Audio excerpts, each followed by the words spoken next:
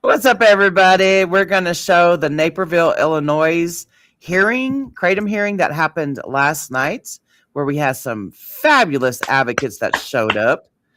We have not watched it yet, so Yeah, what you I'm see is what we're going to very, see. very excited to see this. Yes, me too. Me I saw, too. like, I skimmed through a little and I saw a little bit. So I saw a dancing mic and that's pretty much all I saw. But it was good. So, Well, we know that Dr. Heidi showed up with her mom. I yes, love, I love, love, love, Dr. Heidi, but I absolutely love her mom too. you got to meet her. I did. I sure I did. wish I could meet her. I'm glad I got to meet Heidi though. Yeah. Oh yeah. So yeah, we're like exhausted today. Yesterday and the day before we had hearings, and unlike some people, we actually sit through entire hearings. Yeah. Yeah. And the past 2 days were about 7, 8 hours each, where we had to sit through hearings. Well, to be fair, Monday I was messing with plumbing stuff. So Misty, Oh I felt yeah, bad though. I ain't gonna lie. I felt so bad because I'm like, I usually, we're like a team, man. It's like if yeah. it's gonna suck, at least it's sucking. We're dealing with it together. Hey, Chris, What's sup? up, Chris? What's up, Chris? Oh, duh. What? I'm like, well, I guess she's gonna go and play it whenever she's ready. And I'm like, oh, it's me. Oh yeah, it's you. Yeah, we're gonna. I know, Chris. Are you? Are you? What's going on tonight?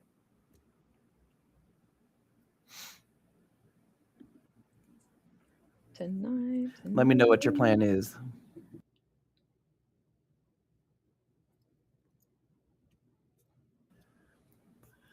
Oh man. Okay, so I am waiting for Montana to upload yesterday's hearing, and I am not done. I have so much more to Oh, say. yeah. I get what you're saying now, duh. Man,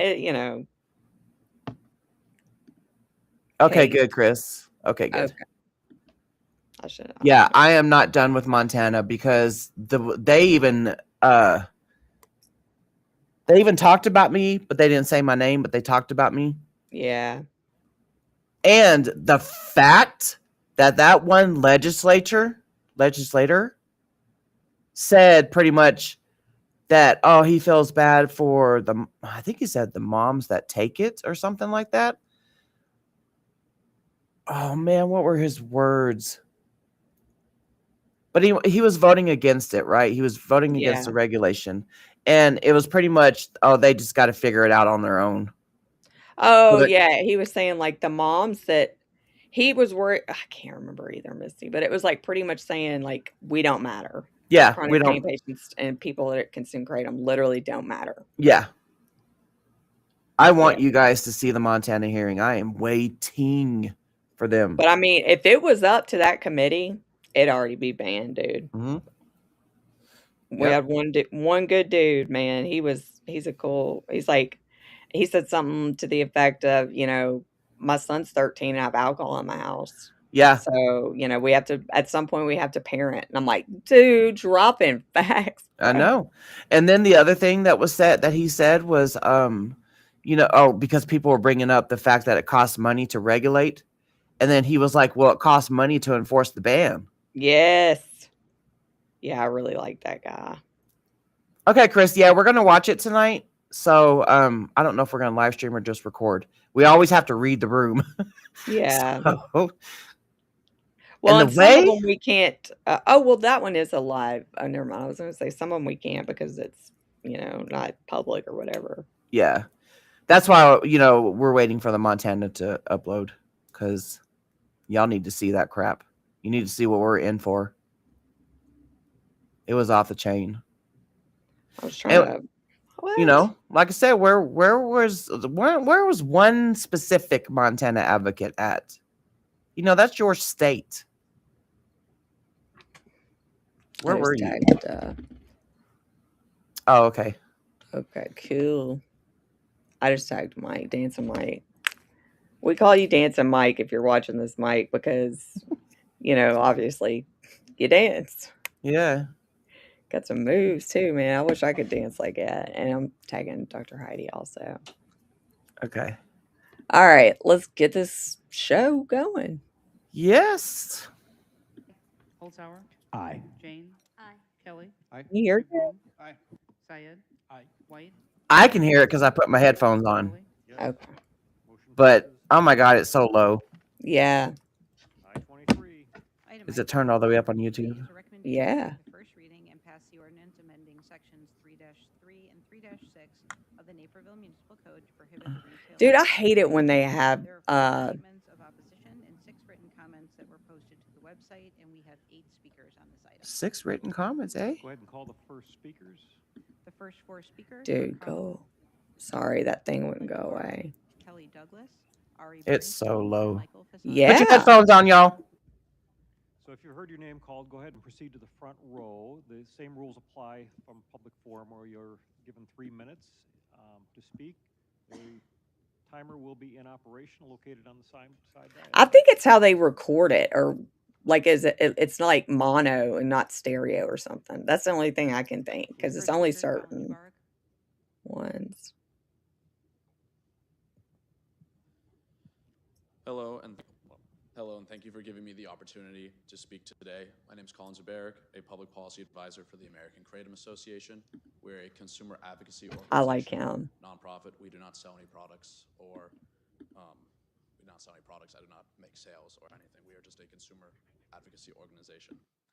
So I come here today to express my opposition to Ordinance 26-0984. In your ordinance, you mentioned FDA warnings about kratom and the alleged negative effects, while ignoring the FDA's own words. On July 29th, 2025 announcement, the FDA issued its intention to ask the DEA to schedule 7-OH, while intending in their letter to not mention natural kratom leaf whatsoever, that they do not want to target natural kratom leaf. Its intention was realized in July 1st of this year, when the DEA announced its scheduling request for 7-OH in synthetic kratom products, also reaffirming the FDA's notice that it is not targeting natural kratom products. This is important for multiple reasons. One, if this product was causing opioid-like effects, deaths, damage, respiratory failure, I do not see a reality in which the DEA would intentionally carve out a provision for natural kratom products. This is again reaffirmed with other safety standards, such as the NIH new investigational drug application published June 1st of this year. In that application Do you see process, this lady's started, face? Testing with human test subjects, mitragynine, the primary alkaloid Yeah. within kratom, natural kratom products. What's important about the IND is that the NIH cannot begin this process without showing that mitragynine would cause undue harm on human test subjects. Respiratory failure, death, opioid effects is undue harm. They had to show a burden of proof that it would not cause. Going forward and further with the FDA, published last year was the FDA's single ascending dose finding study, in which they had test subjects have a single ascending dose study with up to 12 grams of kratom, natural kratom, healthy humans. In these tests, it found no adverse effects, no dangerous adverse effects, with only in the very late stages, 8 grams and up, showing slight nausea, which is to be expected from taking a bitter substance in such high dosage in such a small amount of time.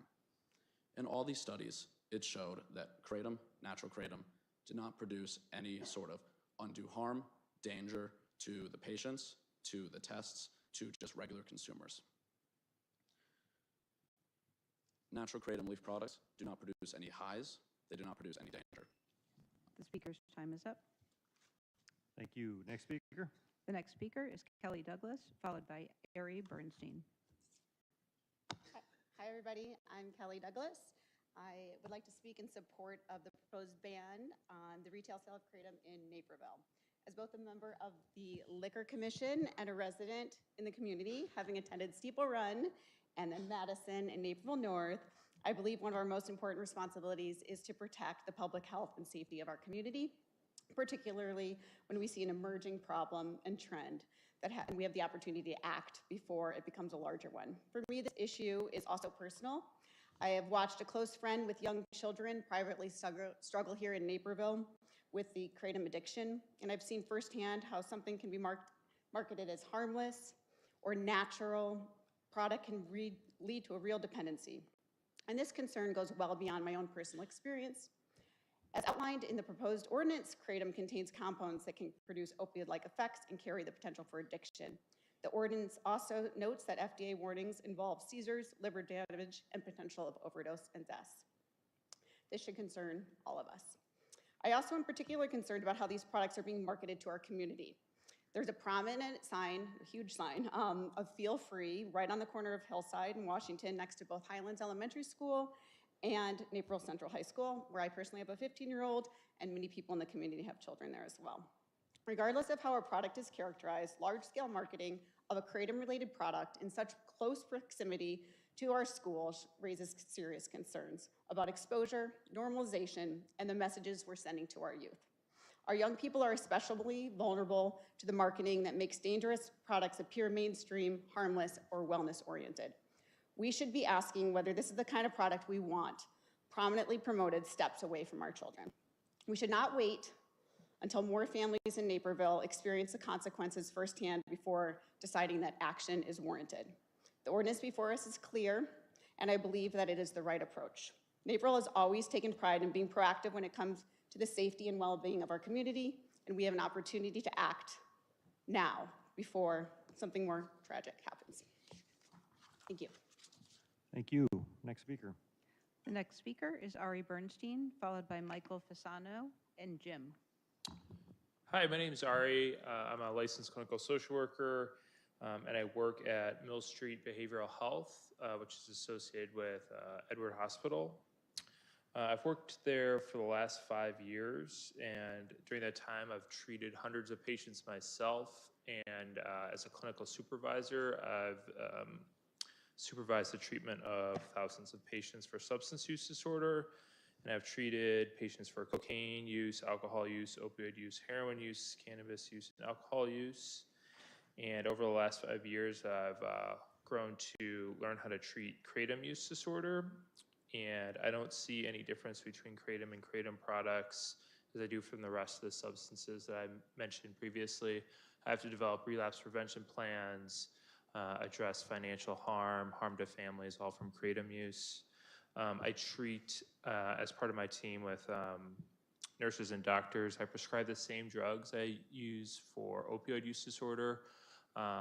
People who come in with kratom use disorder are prescribed naloxone as an overdose reversal drug and buprenorphine to help with withdrawals. And so I've firsthand experienced a lot of harm done by kratom and kratom use, and I am in support of this ordinance. Thanks so much for your time. Thank you. Next speaker. The next speaker is Michael Fasano. Hello, my name is Michael Fasano. I'm 40 years old. I've been consuming natural tea kratom for over 15 years on and off, mostly for chronic insomnia. Also helps with my joint pains, and at very low doses it helps with focus. I never had abuse problems with it. I've never had health problems. I'm a productive member of society, but I want to state the big issue over the past couple years, which I am really disgusted with myself. So I just want to show you something. This is natural tea kratom. This is the ground up powder. This is what I consume.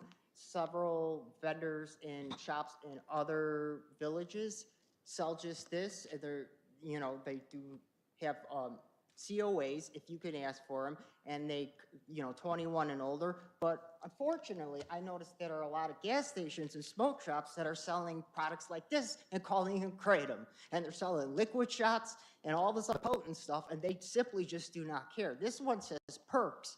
And I could see why a young person, a youth person, would be attracted to something like this. And this is getting people addicted, and they're constantly have to increase the dose all the time. And when they go into rehab centers or detox centers, unfortunately, sometimes they'll say 7-OH, sometimes they'll say kratom. So it kind of gets mixed up that there's a lot of conflation, and there seems to be an issue with differentiating what is what.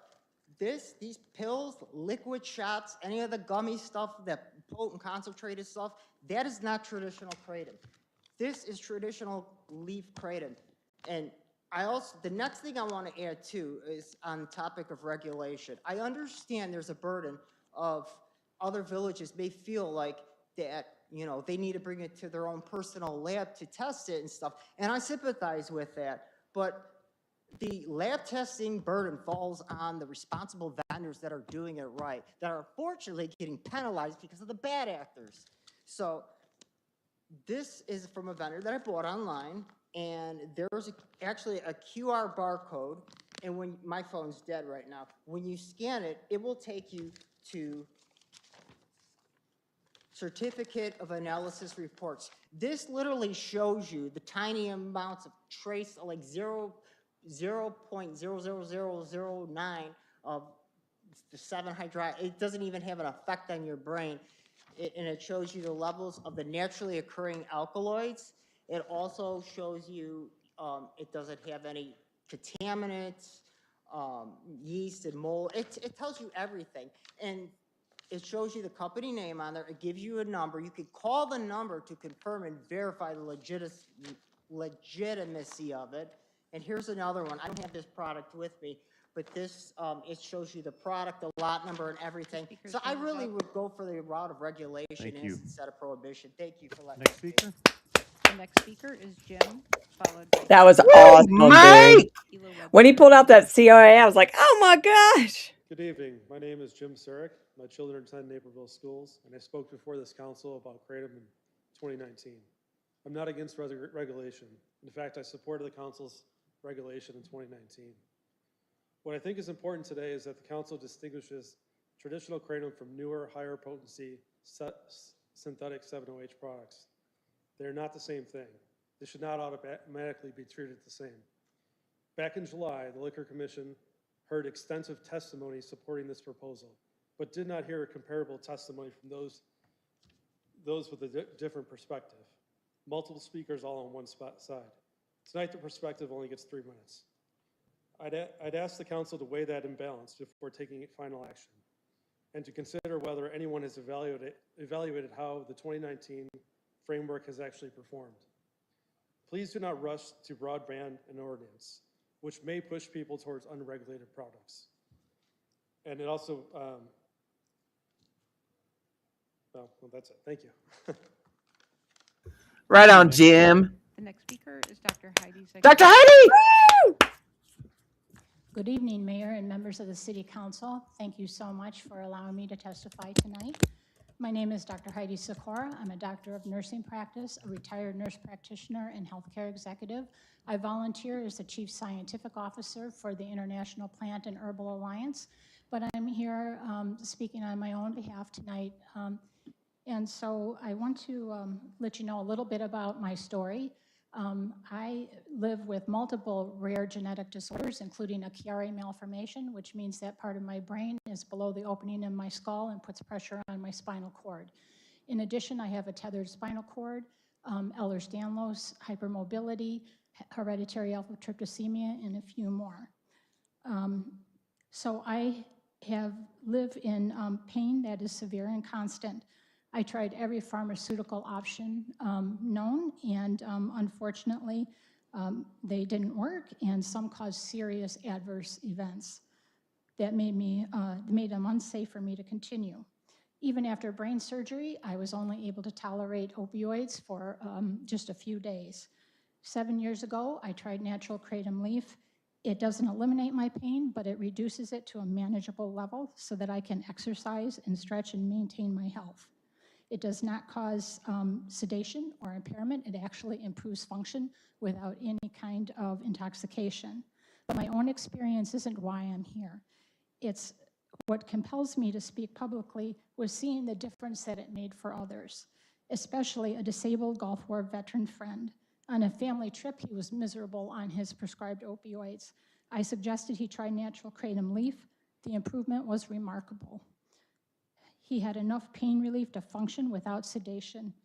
At the end of the day, his young son looked up at me and said, "Thank you for giving us our daddy back." I understand your concerns about unregulated smoke shop products. The problem is real, and it's exactly why regulation, not prohibition, is needed. As previously discussed, the DEA has already distinguished between synthetic products and natural leaf kratom. They couldn't be more different than night and day. The DEA explicitly said they are not taking action against natural kratom leaf, and that's mostly because of the concern of unintended consequences by actually removing those products. Every product carries risks when misused. That's exactly why standards, testing, and clear labeling matter. A kratom consumer protection ordinance ensures consumers know what they're taking, how much is appropriate, and what limits exist. Prohibition doesn't prevent misuse, regulation does. Removing natural kratom from the market doesn't protect the public, it eliminates the safe regulated products. And I must ask, why is natural kratom being held to a higher standard than alcohol? Thank you Thank so you. much for Next your time. speaker. Mic drop. Next speaker is Isla Webster, followed by Way Ashley to Kerr. go, Dr. Heidi. And here comes her mama. Good evening. My name is Isla Webster, and I ask you to vote no on the proposal to ban natural leaf kratom. Thank you for the opportunity to speak about my experience with kratom. I have been living with pain for many of my 93 years. Most recently, I had a fall, which resulted in a double fracture of my left wrist. When I returned home from the ER, I was able to take kratom, and my pain went from a 9 or 10 to a tolerable 4 or 5 within 45 minutes. I cannot take anti-inflammatories due to GI bleeding from Motrin. I have lipedema in my lower body, which is very painful. I am prone to epicondylitis in both elbows and bursitis in both shoulders. I have a stress fracture in my spine at C5 and a bulging disc at L5. I have taken kratom occasionally for a few years with no side effects. My blood work is perfect and my heart is well. Natural kratom leaf does not suppress my breathing. When I need it, it allows me to continue my daily exercise program, walk 5,000 to 6,000 steps every day, and I tap dance. I am the youngest in the line of 10 children. My older siblings lived well into their 80s, 90s, and 100. My only living sister is 96.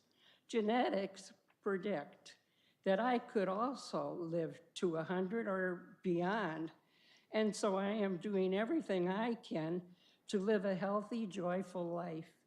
I implore you, please do not ban natural leaf kratom.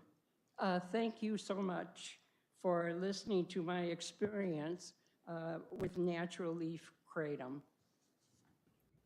GG! Thank you. Next speaker. The fin- 93-year-old and she tap dances. Holy cow. I know you're joking. I know you're Thank joking, you so much for Super. allowing me to speak tonight. I am just here really to share my story and my experience very briefly.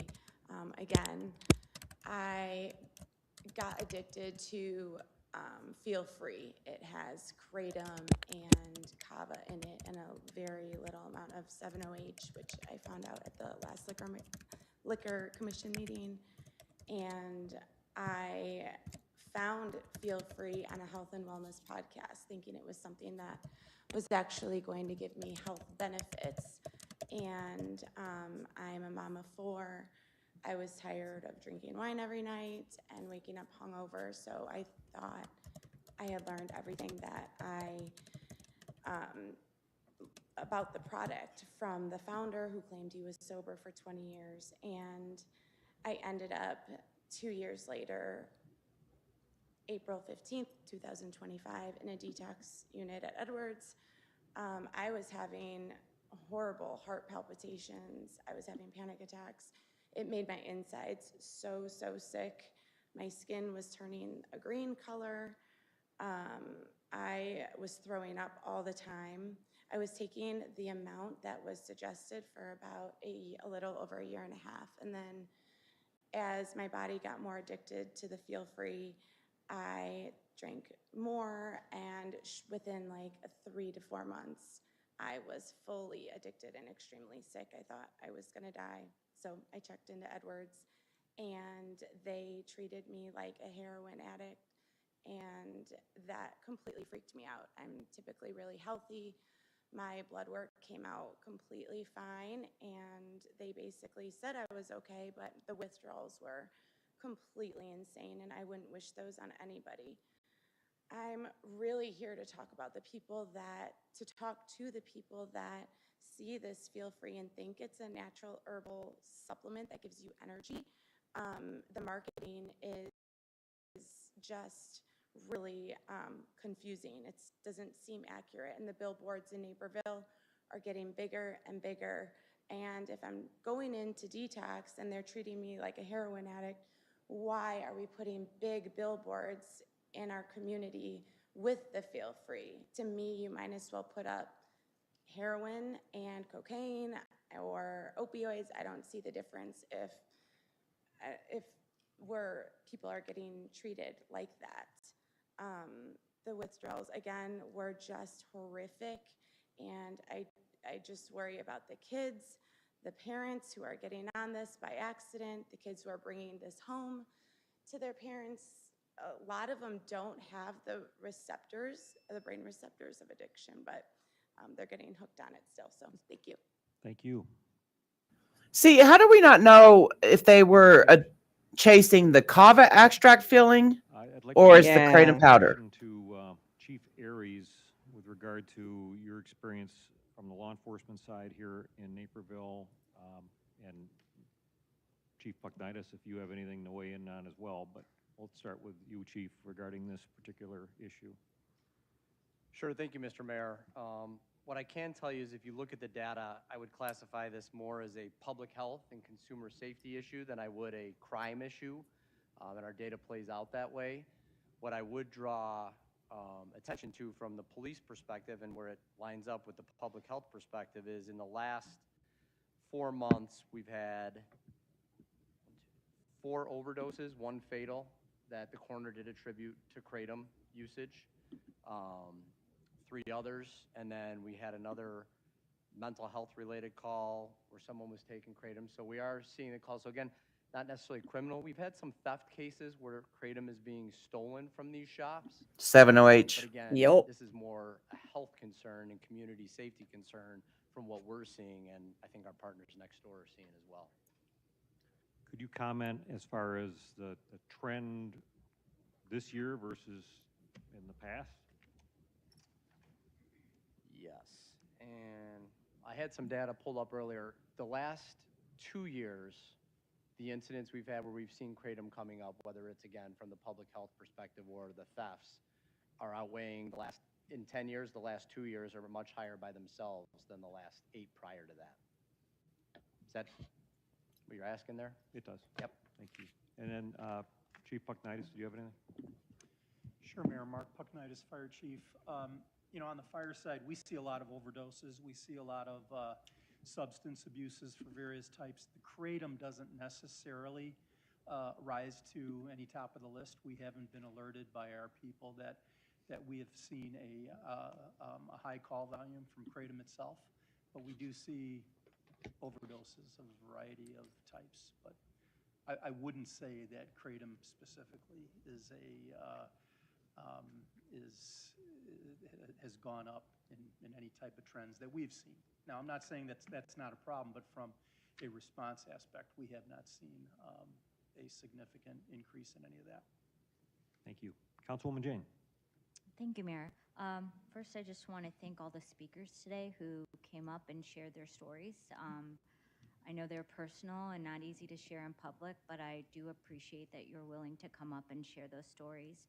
I had a couple of questions, one for Chief as a follow-up, and another one for Mr. Bernstein, if he wouldn't mind coming up. I'll start with Chief, if that's okay. Chief, for the incidents that have occurred recently, do we know, there seems to be this distinction, at least right now, between the synthetic forms of kratom and its natural forms. Do we know of the cases that came to your attention, what the source of that overdose may have been, the natural form or a synthetic form? Is that Chief Ferries? something? Yeah, I do know the coroner's report used the word midra, need a health professional. Mitragynine, but did have kratom in parentheses in there in the report from the coroner, in the police report for that overdose. And that is referenced in another one of my cases. So to get specifically into the labs on what those substances were would be difficult. Okay. Yeah. Thank you.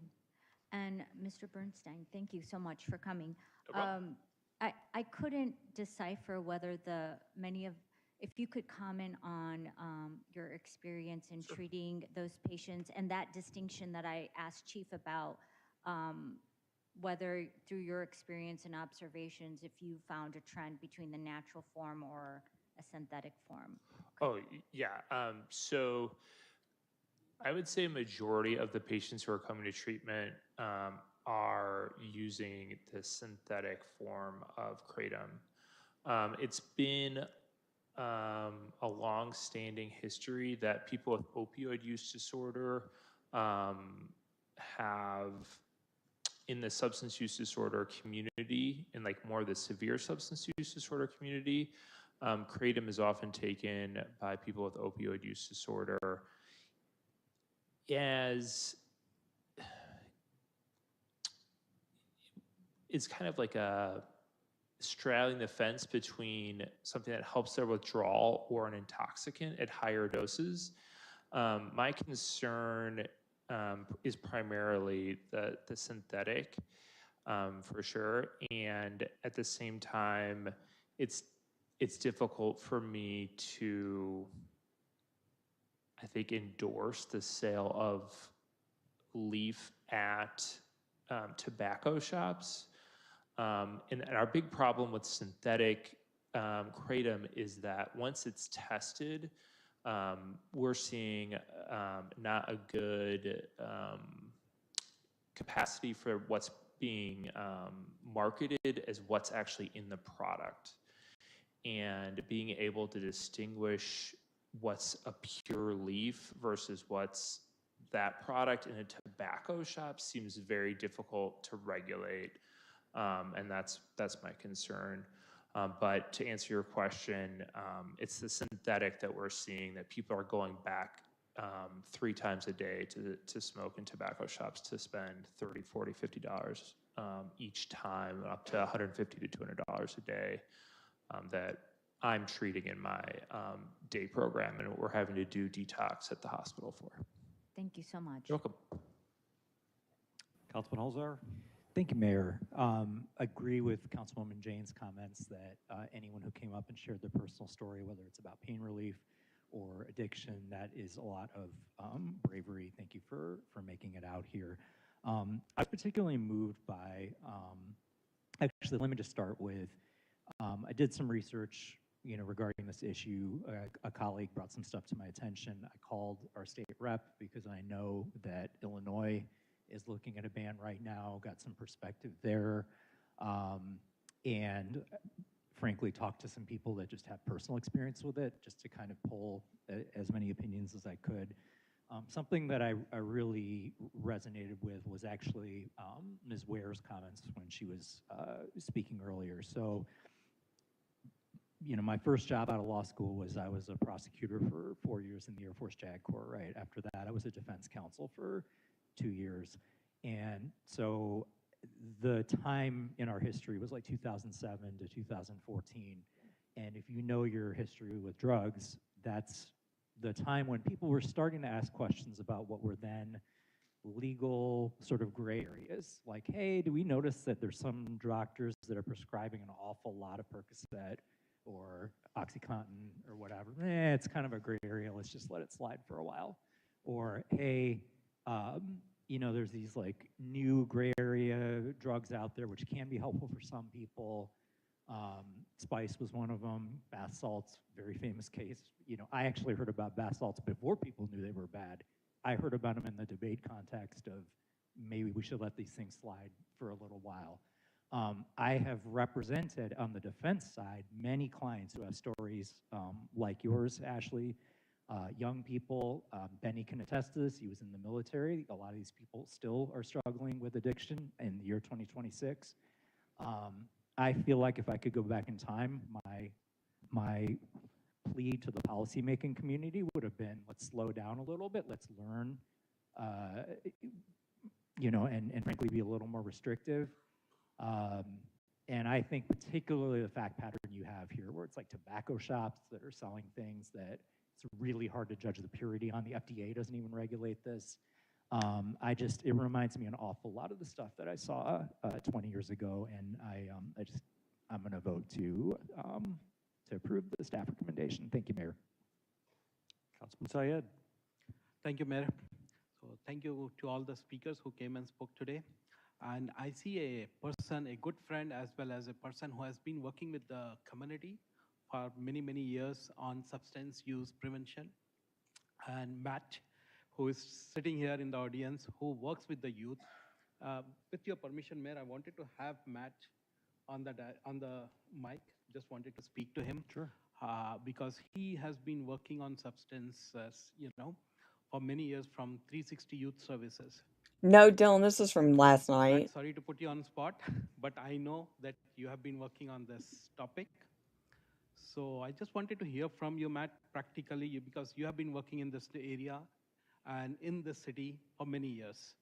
So what are your thoughts on this? Good evening, everyone. It's good to be here tonight. So when we talk about this particular issue, 360 Youth Services, we really focus on the youth subject matter. So we did present at the Liquor Commission meeting, and one of the areas that we focused on is that there's a lot of advertising that specifically goes to youth, whether it's the packaging, the colors, things that are brightly advertised to try to attract youth to that. In the fact that when things are sold over the counter, it can also change the perception of risk that's perceived by youth. And so I can just speak anecdotally, and things that we hear very often from youth is that what they see on social media from influencers, there's been a lot of support of these products in the past. And that is something that can be very alluring to youth, something that they see a lot of. And when you see those repeated messages, like any form of advertising, it can cause some curiosity and bring people out to have an interest in it. So we see a lot of that on the social media front in terms of that appeal to students. We don't have hard data. This is not something that's asked about on the Illinois Youth Survey in any of those capacities, so I don't have any data that I can share specifically about that. But there are concerns specifically for youth in the way that people perceive it and the reception. It's just not as well known as some of the other substances that have been talked about, cannabis, alcohol, nicotine-based products, which have a much longer history, a much more public health messaging around those pieces. Kratom does not have that same type of history, especially for our youth. Thank you, Matt. Thank you so much. Councilman White. And thank you. I'm going to support the ban as is presented by staff that's in the agenda. Because quite frankly, our top, responsibility as council, men and women up here is public safety. We talk about fire and police all the time, but when it comes to public health as well, this falls right in line with that for me. So I will support that. However, I do understand the pain, physical pain that a lot of the speakers who came up here to talk to us are experiencing. So I definitely acknowledge that, and thank you for sharing your stories, everyone. But I don't know if Dr. Bernstein, is he still here? Mr. Bernstein? I'm sorry, can you come back? We're going to make sure you get your steps in today. So, I'm also a licensed clinical social worker. I'm not a doctor. Okay, thank you. This is not a drug. It's not something that can be prescribed by a physician because my understanding it's not FDA approved. And I may be wrong, but that's my general understanding. But I guess what I'm getting at, is this something that, say, for example, a couple of the speakers got up here to discuss some of the reasons they use the substance. Is this something that between a physician or someone who may have, I don't know, a better understanding of what this is all about and have a conversation with a patient and maybe give recommendations, not a prescription, but maybe advice? Is that something that you would see as valuable or not? I wouldn't feel comfortable speaking on the like a prescriber consulting with a patient about using pure leaf kratom to address pain. Okay. I work with, we have a doctor who specializes in addiction medicine in my program, which is a pretty specific type of intervention. And I also have a nurse practitioner who's been working in the Endeavor Edward Hospital community for the last 10 years, who share my concerns about kratom. But yeah, I wouldn't be able to speak about the treatment of pure leaf for pain. But thank you for asking. Okay. Thank you. Councilwoman Gibson. Thank you, Mayor. Based on the public input we've received tonight and the emails we've gotten from community members over the last week and a half, I don't think we should be waiving the first reading. My preference would be to make this a first reading and bring it back at our next meeting.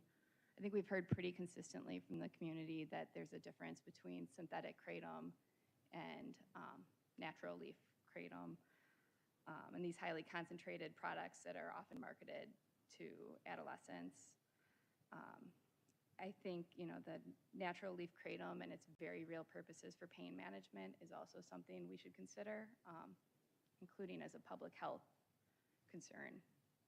Chronic pain is a very real issue for many members of our community, and I want to make sure we are very intentional if we are banning at least local access to a product that is legal. I do think it was interesting, Mr.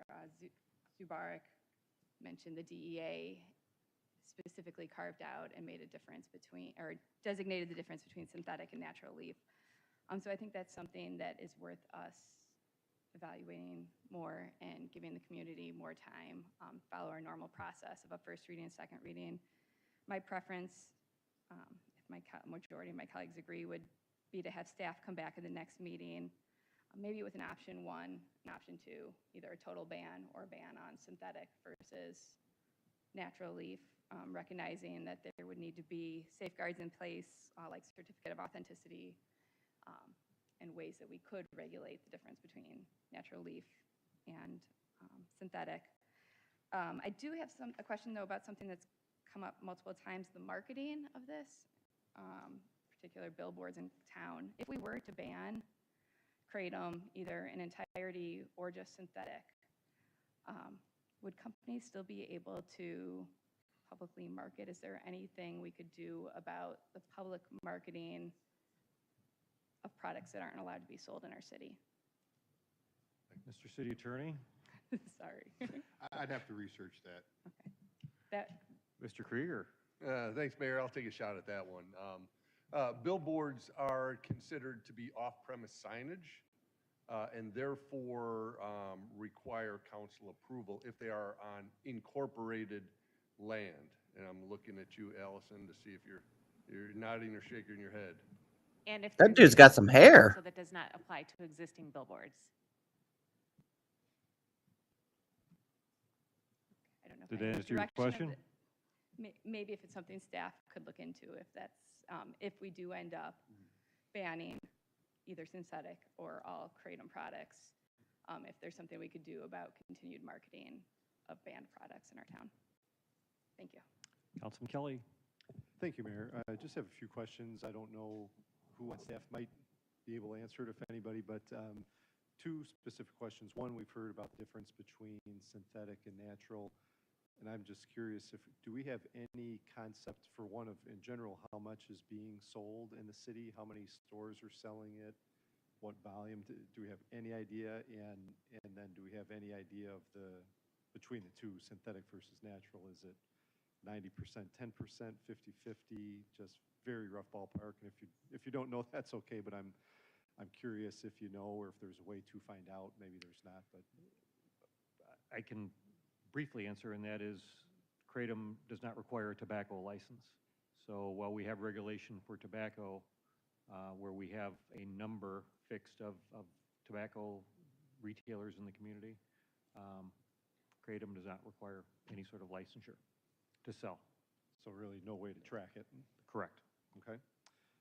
And then a question about, I think Councilman Holzhauer and one of the speakers maybe brought up potential federal and or maybe forthcoming state regulation. I'm just curious if staff knows anything about where that, I know the write-up talked about a few municipalities, Winnetka, Plainfield, I think have banned it entirely. Do we know the status of any potential state or federal regulation on either synthetic and or natural?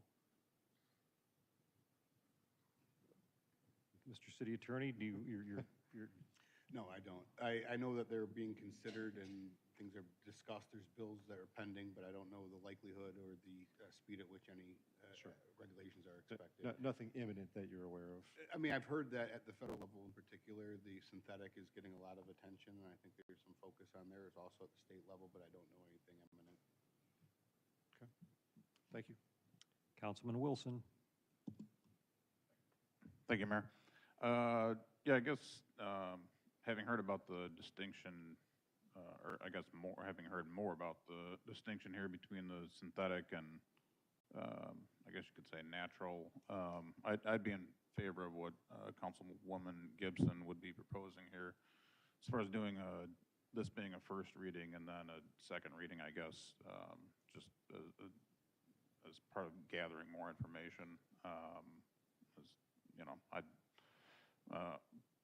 like to say getting more information is better, but that's sort of where I'd be at as far as making a decision today. Thank you. Tonight. Councilman McBroom. Thank you, Mayor. You guys said a lot of the things that I wanted to say. I'm not going to repeat everything, but I didn't know what Creighton was a week ago. I did a deep AI dive on it, and a lot of you speakers have confirmed, you know, the things that I've learned and this distinction. And yeah, I'm hesitant to ban an entire product when apparently people believe it's safe, and I don't know the answer.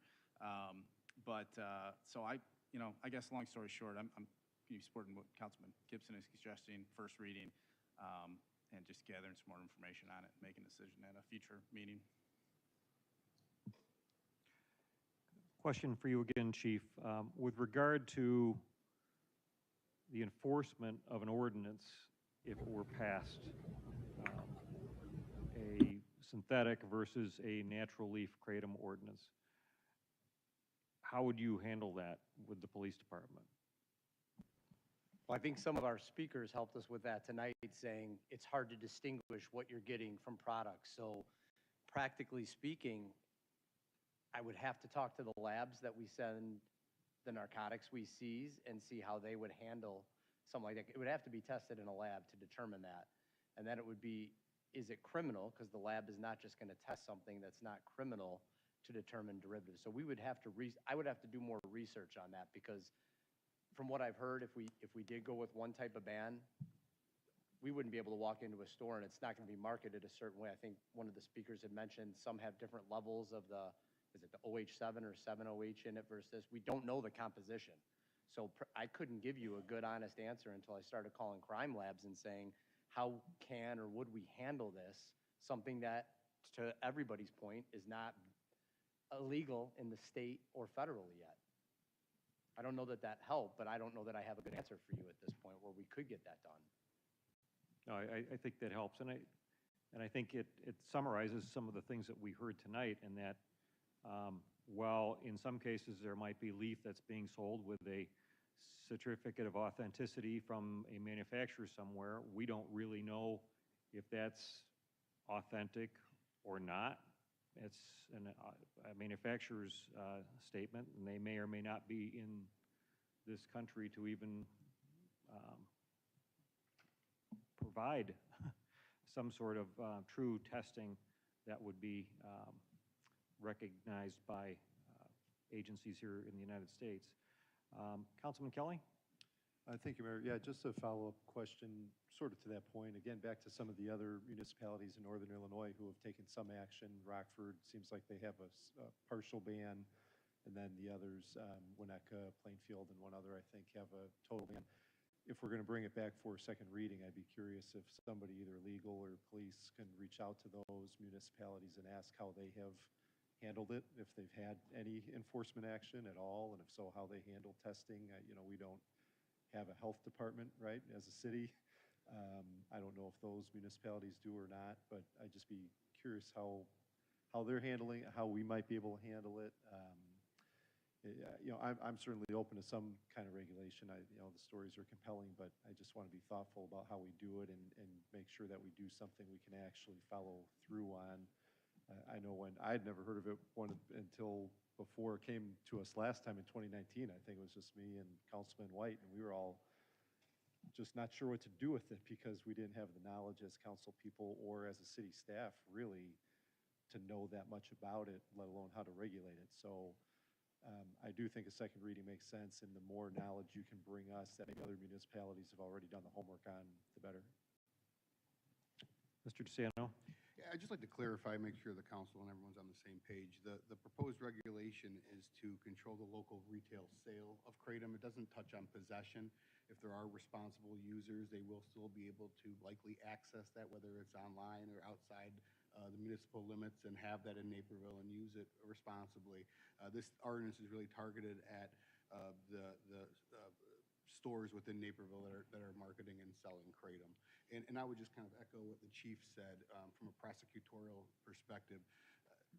We'd have to look into it, and thank you for the suggestion, Councilman, but the idea that there's no FDA requirements, that this is an unregulated substance, makes it very difficult for the police to determine whether something they have reasonable suspicion or probable cause to take something off the shelf, because the labels aren't necessarily accurate. There's no standard at which they're holding it to, and then the labs and how they're going to test it.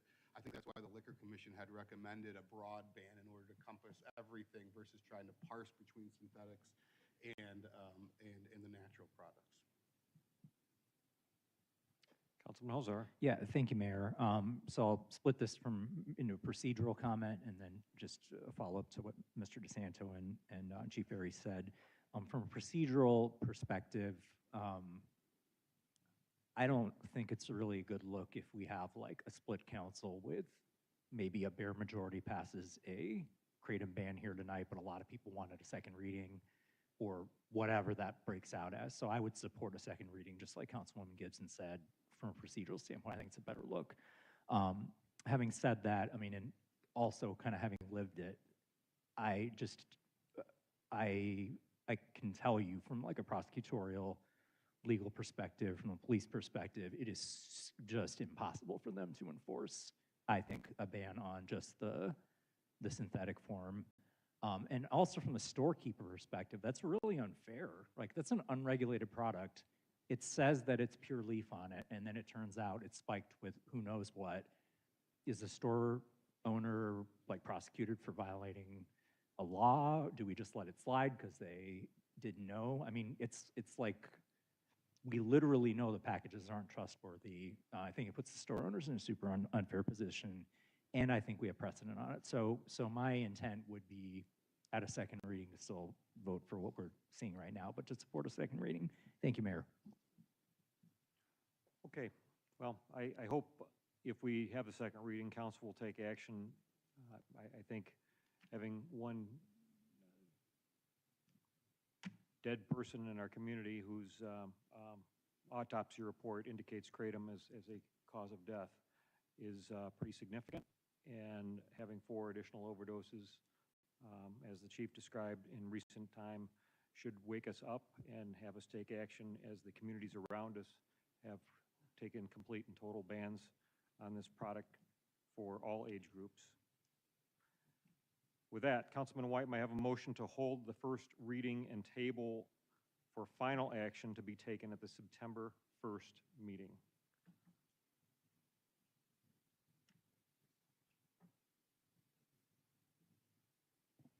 Yeah, I'll just so move White. Councilman Kelly? Second, Kelly. We have a motion and a second. Roll call. Holzhauer, Aye. Jane, Aye. Kelly, Aye. McBroom, Aye. Syed, Aye. White, Aye. Wilson, Aye. Worley, Yes. Gibson. Aye. Motion passes 9-0. It'll be coming back at our September 1st meeting for the final vote. Item J1. Item J1 has one position of support that Boo. was to the website. It is to receive the staff report. Okay. and the public hearing to consider the annexation agreement. All right. and related Yeah, ordinances for that's, I mean, that's how a hearing should go. You know, gather up all the information, do your due diligence before you make a knee-jerk reaction. 26W021 Yeah. Northside Road's now open. Anyone who wishes Okay, we gotta go. Y'all have a good